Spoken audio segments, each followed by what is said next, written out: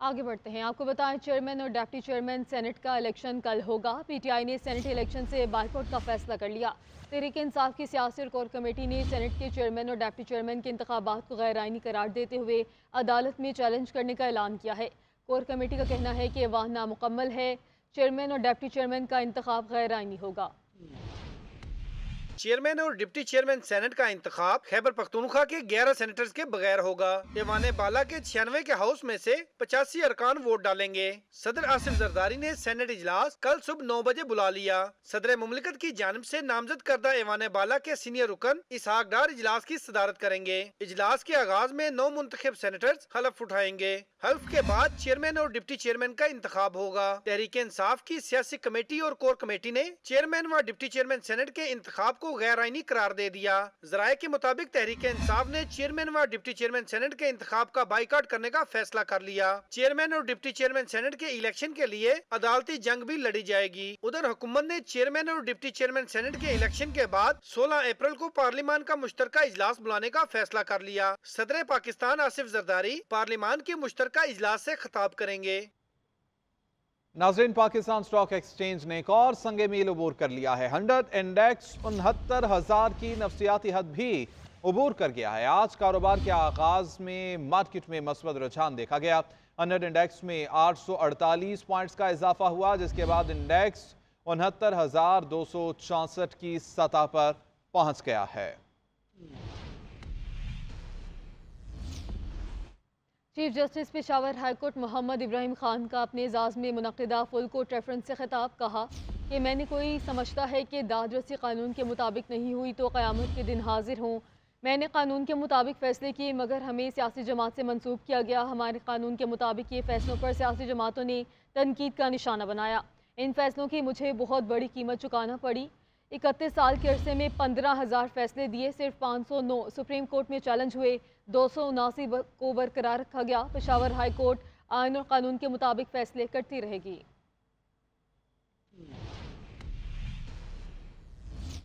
ईद उल फितर का चांद देखने के लिए रुयत हिलाल कमेटी का इजलास कल होगा। महकमे मौसमियात ने कल मंगल के रोज शव्वाल का चांद नजर आने का इम्कान जाहिर कर दिया है। महकमे मौसमियात का यह कहना है कि 9 अप्रैल को शव्वाल का चांद दिखाई देने के कवी इम्कानात हैं। कल मुल्क के ज़्यादातर मकामात पर मतला भी साफ रहेगा, ताहम मुल्क के शुमाली इलाकों में मतला अब्र आलूद हो सकता है। मौसमियात वालों का कहना है कि नए चांद की पैदाइश आज रात 11:21 पर हो सकती है। कल रात चांद की उम्र 19 से 20 घंटे हो जाएगी। गुरूब आफ्ताब के बाद चांद नजर आने का दौरानिया 50 मिनट से ज़ायद होगा। माहिरीन फलकियात के मुताबिक सऊदी अरब में आज शव्वाल का चांद नजर आने का इम्कान नहीं है। ताहम सऊदी अरब में शव्वाल का चांद देखने के लिए इजलास आज होगा।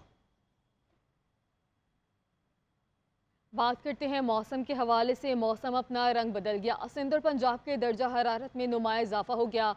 अंदरूनी सिंध सबसे ज़्यादा गर्मी नवाबशाह में 42 डिग्री सेंटीग्रेड रहने का इम्कान है। महकमे मौसमियात का कहना है कि 10 अप्रैल तक सिंध के बेशतर मकामात पर गर्मी की शिद्दत में कमी नहीं आएगी। तफसीलात इस रिपोर्ट में देखिए।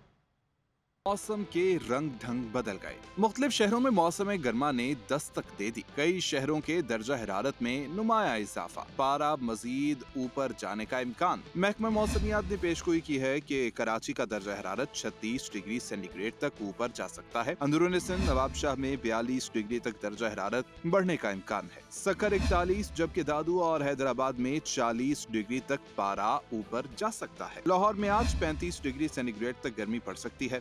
मुल्तान 38, बहावलपुर 39 और डीआई खान में 36 डिग्री तक पारा बढ़ सकता है। मौसम का हाल बताने वालों ने मजीद कहा कि शुमाली इलाका जात के बेशतर मकामात पर मतला अब्र आलूद रहेगा। अंदरूनी सिंध 10 अप्रैल तक मौसम गर्म और खुश्क होगा। ईद के पहले 2 रोज मुल्क के बेशतर इलाकों में मौसम खुश्क और गर्म रहेगा। ताहम महकमा मौसमियात ने जुमे से कश्मीर और गिलगित बल्तिस्तान में गरज चमक के साथ बारिशों की नवीद सुनाई है। इसी हवाले से मज़ीद जानेंगे। नुमाइंदा GNN सबीन शहबाज हमारे साथ मौजूद हैं। सबीन, डायरेक्टर मेट क्या कहते हैं इस मुताल्लिक? मुल्क भर में गर्मी जो है बाकायदा तौर पर एंटर हो चुकी है। रमज़ान जो है वो किसी हद तक कम गर्मी में गुजर गया, लेकिन अब ईद जो है वो गर्मी में होगी या मज़ीद जो है वो मौसम खुशगवार रहेगा या नहीं। मेरे साथ इस वक्त डायरेक्टर मेट ज़हीर अहमद बाबर मौजूद हैं, इनसे हम बात करते हैं। सर, मुझे ये बताइएगा कि ईद उल फितर जो है ये गर्मी में ही गुजरेगी या मौसम थोड़ा बहुत बेहतर हो जाए?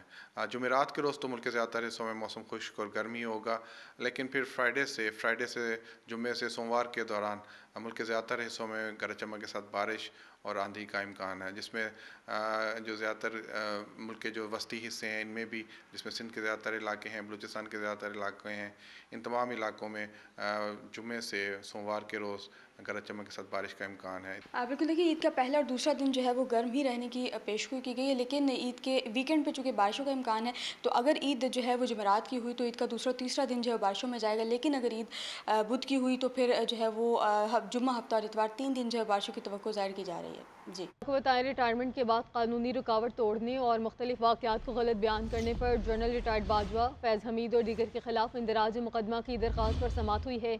जनरल रिटायर्ड बाजवा ने इस्लामाबाद हाई कोर्ट में दायर दरख्वास्त पर एतराज़ात आयद कर दिए हैं। अदालत ने एतराज़ात की दरख्वास्त पर नोटिस जारी करते हुए जवाब तलब कर लिया है। इसी हवाले से मज़ीद तफसीलात हासिल करेंगे। इदरीस अब्बासी हमारे साथ मौजूद हैं। इदरीस, क्या तफसीलात हैं इस मुतालिक? जी बिल्कुल, देखें, जनरल बाजवा फैज़ हमीद और दीगर के खिलाफ जो इंदराज मुकदमा की दरख्वास्त थी, उस पर जनरल बाजवा ने इस्लामाबाद हाई कोर्ट में दायर दरख्वास्त पर एतराज़ात उठा लिया है। अदालत ने जनरल बाजवा के एतराज़ात की दरख्वास्त पर नोटिस जारी करते हुए जवाब जो है वो तलब कर लिया है। चीफ जस्टिस आमिर फारूक ने समाअत करते हुए इस्तफसार किया कि आज यहाँ मुतफरिक जो है वो दरख्वास्त जो है वो क्या है, जिस पर जो हम वकील कमर बावज थे, उन्होंने कहा कि हम इस अदालत में दायर दरख्वास्त पर एतराज़ात जो है वो कर रहे हैं। 6 माह पहले कहा गया कि दरख्वास्त दायर हुई, 6 माह बाद पता चला FIA को मौसूली जो है वो नहीं हुई। जो दरख्वास्त 6 माह बाद जमा हो उसकी कोई मुकद जो है वो नहीं, उसे खारिज कर देना चाहिए।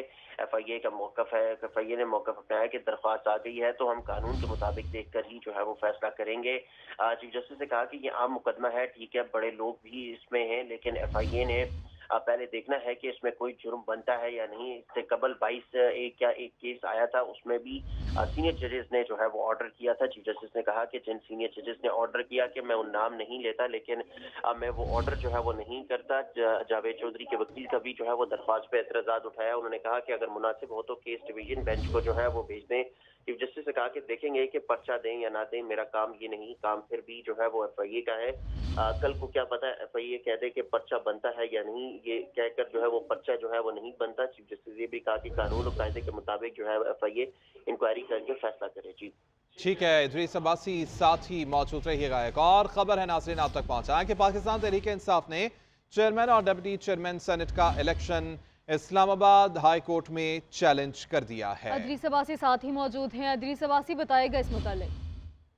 बिल्कुल, देखें, चेयरमैन और डिप्टी चेयरमैन सेनेट का जो मामला है उस पर PTI की जानिब से इस्लामाबाद हाई कोर्ट से रुजू कर लिया गया है और इस्लामाबाद हाई कोर्ट में जो बाज़ाब्ता दरख्वास्त है वो दायर की है। जो PTI सेनेटर्स हैं, डॉक्टर जरका और उसके अलावा फलक नाज, फौजिया अरशद, सैफुल्ला सरवर खान और सैफुल्ला आबड़ो जो है, इनकी जानिब से जो है ये दरख्वास्त जो है वो इस्लामाबाद हाई कोर्ट में दायर की गई है। और दरख्वास्त में इलेक्शन कमीशन, प्रेसिडेंट और सेनेट सेक्रेटेरिएट को जो है वो फरीक बनाया गया है और दरख्वास्त जो है वो दायर की गई है। उन्होंने ये इस्तदा की है कि जो इलेक्शन है 2-4 को जो है वो नोटिफिकेशन हुआ, उसमें जो है वो इलेक्शन का कहा गया जो 9 तारीख को इलेक्शन होने हैं, 9 अप्रैल को, उनको जो है वो मुलतवी किया जाए। और उन्होंने कहा कि सेनेट के भी में जो है वो इलेक्शन हुए। और इदरीस अब्बासी, आपका शुक्रिया, अपनी तफसील नगा